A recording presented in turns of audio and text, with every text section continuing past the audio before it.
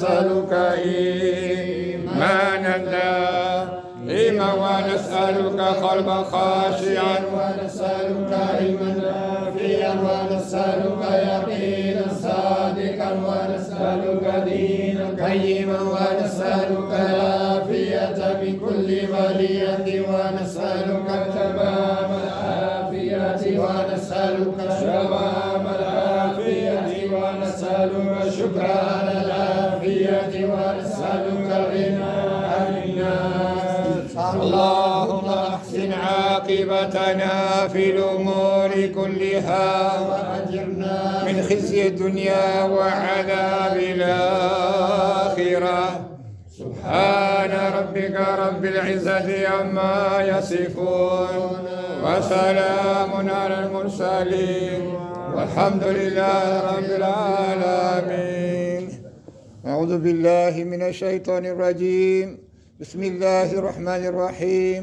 وصلى الله وسلم وبارك على سيدنا ونبينا محمد المصطفى الكريم وعلى آله وأصحابه والتابعين لهم بإحسان إلى يوم الدين وسلم تسليما كثيرا. ولا حول ولا قوة إلا بالله العلي العظيم.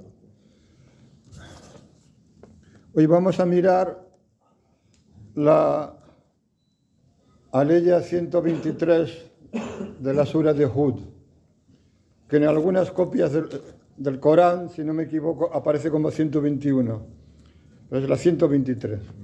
Allah dice lo siguiente: وَلِلَّهِ غَيْبُ السَّمَاوَاتِ وَالْأَرْضِ وَلِلَّهِ غَيْبُ السَّمَاوَاتِ وَالْأَرْضِ وَإِلَيْهِ يُرْجَعُ الْأَمْرُ كُلُّهُ فَاعْبُدْهُ وَتَوَكَّلْ عَلَيْهِ وَمَا رَبُّكَ بِغَافِلٍ عَمَّا تَعْمَلُونَ. Allah subhanahu wa ta'ala dice: y a Allah pertenece el ghaib, lo que no se ve o lo que no se conoce, de los cielos y de la tierra, y a Él se remite el asunto todo, a Él se remite todo el asunto, a Él vuelven, a Él se remiten todos los asuntos. Y luego dice, y en principio estas palabras, las que dice a continuación, están en singular, van dirigidas al profeta sallallahu alaihi wasallam y por extensión a todos nosotros. Y dice, fa'budhu, así pues, adórale, wa tawakkal alayhi, y pon tu confianza en él, confíate en él. Wa ma rabbuka bighafilin amma ta'malun, y tu Señor no está descuidado de lo que hacen. En esta última palabra hay una indicación sutil de la enorme consideración de Allah subhanahu wa ta'ala hacia su mensajero. Porque Allah le está hablando a él y le dice, adóralo, confíate en él, pon tu confianza en él. Y tu Señor, el tuyo, o Muhammad, y el de que todos aquellos que estamos oyendo estas palabras, tu Señor no está descuidado y no dice de lo que haces, de lo que tú haces, sino de lo que hacéis. Es como que aquello en lo que puede haber un elemento de no sabría cómo decirlo bien, como de un elemento que pudiera ser considerado negativo, lo pone en plural, ya somos todos. No dice, tu Señor no está descuidado de lo que haces tú, sino de lo que hacéis. A Allah pertenece lo que no se ve o lo que no se sabe de los cielos y de la tierra. La expresión es evidente, pero eso implica que Allah conoce todo aquello que no conocemos, que Allah conoce en qué acaban los asuntos, que Allah conoce el resultado de los asuntos, que Allah conoce cuál es su decreto, su predestinación para todos los asuntos. Y esto para nosotros, esta afirmación, es algo liberador, porque nosotros estamos obligados a actuar. Nosotros estamos obligados a actuar como si las cosas estuvieran en nuestras manos, porque esa es nuestra experiencia. Y porque Allah nos ha hecho sus julafá, sus califas en la creación, en la tierra. Allah ha puesto las cosas en nuestras manos, pero el resultado de las cosas no está en nuestras manos. Y nosotros no lo conocemos. Nosotros cuando emprendemos algo, y esto es obvio, es evidente, todos lo sabemos por experiencia, no sabemos qué va a pasar. No sabemos si va a salir bien o no. Y no sabemos absolutamente nada el ghaib. No solo es Allah subhanahu wa ta'ala, que no lo podemos ver, y sus ángeles, y todo lo que tiene que ver con el ájira. La palabra ghaib en árabe viene de la raíz gaba. Y gaba se dice cuando alguien se considera ghaib, que está ausente, y el ejemplo que ponen los diccionarios es un hombre que comienza a andar y tú lo estás viendo. Cuando ya no lo puedes ver, está ghaib, está ausente con respecto a ti. Lo que yo tengo en mi bolsillo es también ghaib. Solo yo lo sé, si es que lo sé, nadie más. Allah conoce todo eso, absolutamente todo eso. Es algo que repetimos y no tenemos una... Es como cuando Allah dice en el Corán, no han apreciado a Allah en su verdadera magnitud, cuando los cielos y la tierra estarán en su puño en el día del levantamiento. Allah conoce absolutamente todos los procesos físicos y químicos, todo lo que ocurre hasta el más mínimo detalle. Y Allah nos ha creado y ha puesto en nosotros algo muy grande, porque el ser humano es el cosmos en pequeño. Todo lo que hay en el universo está en nosotros. Y todo lo que hay en nosotros está expresado en el universo. Allah dice, y a él se remite el asunto kullu, todo el asunto. Las cosas están en manos de Allah. Alguien dijo, un hombre de conocimiento, y esto es algo que es muy digno de consideración y de reflexión para nosotros. Dijo, cuando Adam, alayhi salam, buscó o pidió la eternidad, el no morir en el jardín, cuando Adam, que estaba en el jardín, quiso la eternidad, buscó la eternidad en el jardín, min janibi shajara, al lado del árbol, o en relación al hecho de comer del árbol, Allah lo castigó haciéndolo salir de él. ¿Por qué? Porque Adán no le dijo a Allah, oh Allah, dame la eternidad, concédeme que no muera, sino que Adán fue tentado por Iblis, por el Shaitán, que le dijo, si comes de ese árbol, no morirás nunca y tendrás un dominio que nunca ha sido conocido.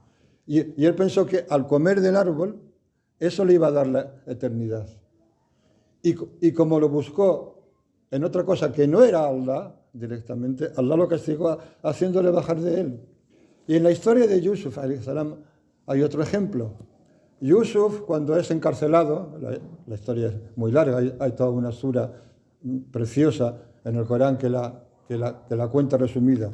Pero cuando Yusuf alayhi salam entra en la prisión, hay dos jóvenes allí, dos sirvientes que están encarcelados, por lo que fuera.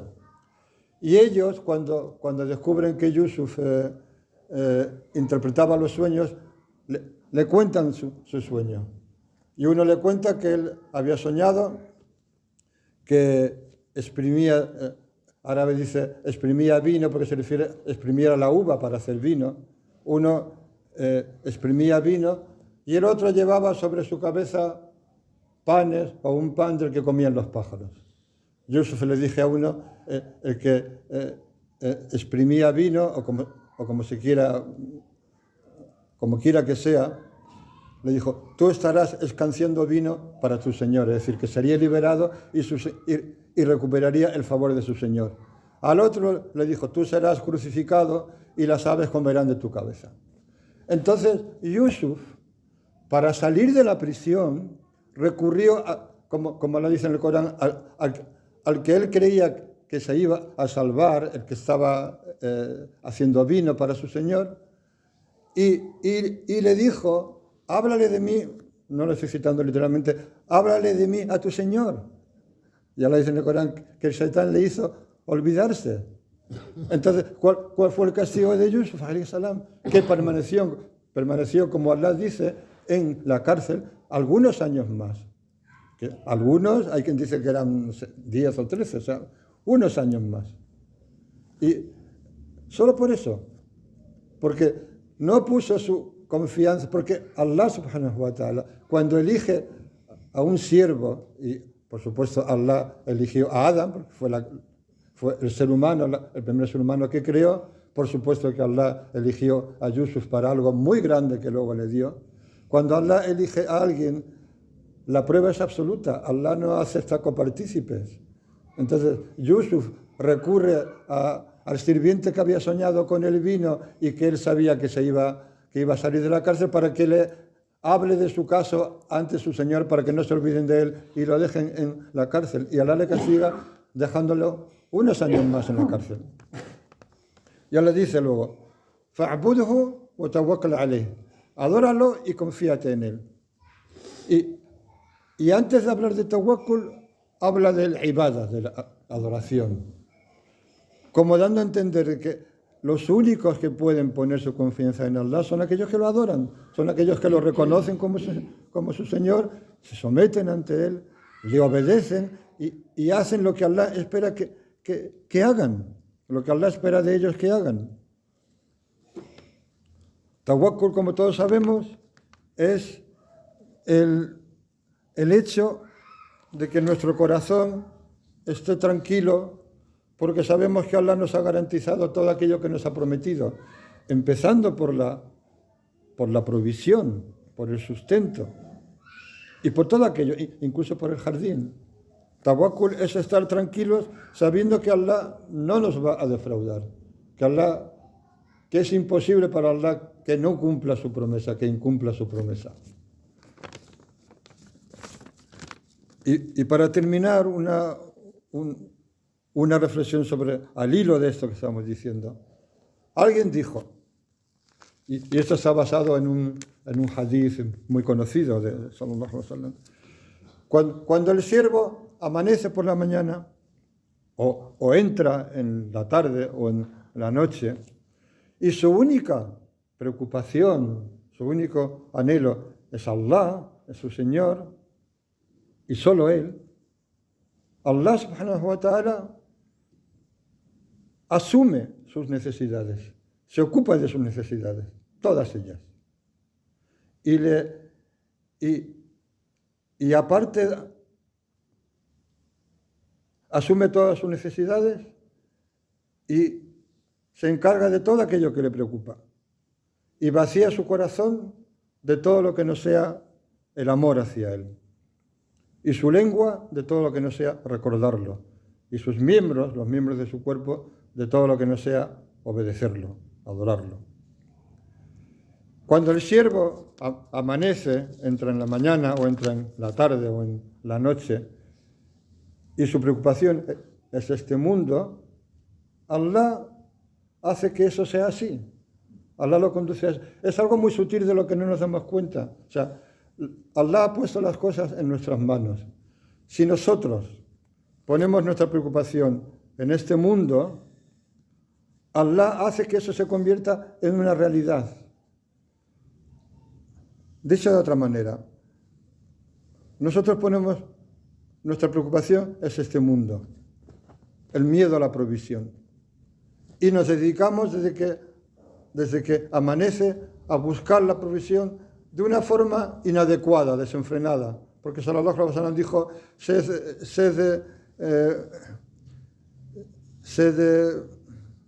¿cómo es la palabra? Sed equitativos en buscar la provisión. No la busquéis ni en lo que Allah ha prohibido, ni la busquéis de una manera desaforada, porque está garantizada. Pero cuando nosotros ponemos nuestra preocupación en este mundo, Allah hace que eso sea nuestra realidad y se hace real. De manera que las cosas no nos salen, o sea, las cosas no nos salen sino a través de nuestro esfuerzo. Y nos vemos obligados, y eso mismo nos hace creer que las cosas son así. Porque tú te levantas con esa única preocupación por este mundo, Y Allah te hace trabajar para conseguir el sustento de una forma especial, y eso te da resultados, y eso te demuestra que haciendo eso vas a tener ese resultado. Y se convierte en real para ti. Y te olvidas de la realidad. Incluso, no es que te olvides de la realidad, sino que la realidad se convierte en algo, sí, Allah lo dice en sus libros. Sallallahu alaihi wasallam lo dice. Está escrito en los libros. La gente de conocimiento lo ha dicho, pero yo como que no es la experiencia que yo vivo. Yo lo que vivo es que si yo no salgo a trabajar, si no salgo a hacer esto o hacer lo otro, vuelvo a mi casa con las manos vacías. Luego eso, en fin, o sea, sí, eso es la verdad, creo en eso, pero no. Yo recuerdo muchas veces haber estado en países musulmanes y ir a una tienda y estar hablando con el tendero y el tendero decirme, sí, no, la previsión viene de Allah, yo confío en Allah, no sé qué. Y te das cuenta de que luego en lo que pasa, en la transacción, de que no nos lo creemos. O sea, lo decimos, pero no creemos que eso sea la verdad. Por eso no funciona, porque Allah está en lo que su siervo piensa de él. Si tú piensas que Allah tiene poder para todas las cosas, y lo piensas de verdad, y lo crees de verdad, se hace realidad. Pero si tú piensas que Allah tiene poder sobre todas las cosas, pero actúas como si Allah no tuviera poder sobre todas las cosas, esa es tu realidad. Y eso se hace tan real, como dice el hadith, que Allah hace que estés ocupado con las cosas de este mundo. Y te ocupan de verdad. Y no te dejan tiempo para Allah, no te dejan tiempo para adorar a Allah o para recordar a Allah, porque eso es lo que tú has querido. Y tampoco hay lugar en tu corazón para el amor a Allah, ni en tu lengua para el recuerdo de Allah, ni en tus miembros para que obedezcas a Allah. Por eso, cuando pones tu interés en este mundo, el salat se hace difícil, se hace pesado, como Allah dice en el Corán. وَإِنَّهَا لَكَبِيرَةٌ, dice Allah hablando de salat. Y ella es kabiratun, y el tafsir dice thaqila, es decir, pesada, difícil, illa, excepto para los hashi'in, los que tienen khushu', que tienen temor de Allah y los que son humildes. O sea, nosotros convertimos las cosas en lo que queremos. Y por eso funciona así el mundo. Y por eso no nos podemos creer lo que Allah dice en el Corán. Pero Allah es muy claro. El Corán es un libro insólito porque no hace... Esta aleya que yo acabo de leer, ¿cuántas aleyas parecidas hay? Hay un montón. Cada ocasión de estas traigo una aleya. Pero ¿acaso no está diciendo continuamente Allah lo mismo? وَلِلَّهِ غَيْبُ السَّمَاوَاتِ وَالْأَرْضِ وَإِلَيْهِ تُرْجَعُ الْأَمْرُ كُلُّهُ فَاعْبُدْهُ وَتَوَكَّلْ عَلَيْهِ وَمَا رَبُّكَ بِغَافِلٍ عَمَّا تَعْمَلُونَ. Con esta aleya podríamos vivir. Y con muchas otras podríamos vivir. Hay gente de Allah que vive con una aleya. Dice, Allah pertenece a lo que no se ve o lo que no se sabe de los cielos y de la tierra. Y a Él se remite, a Él vuelve todo el asunto. Es decir, todos los asuntos, todo vuelve a Él, nosotros incluidos.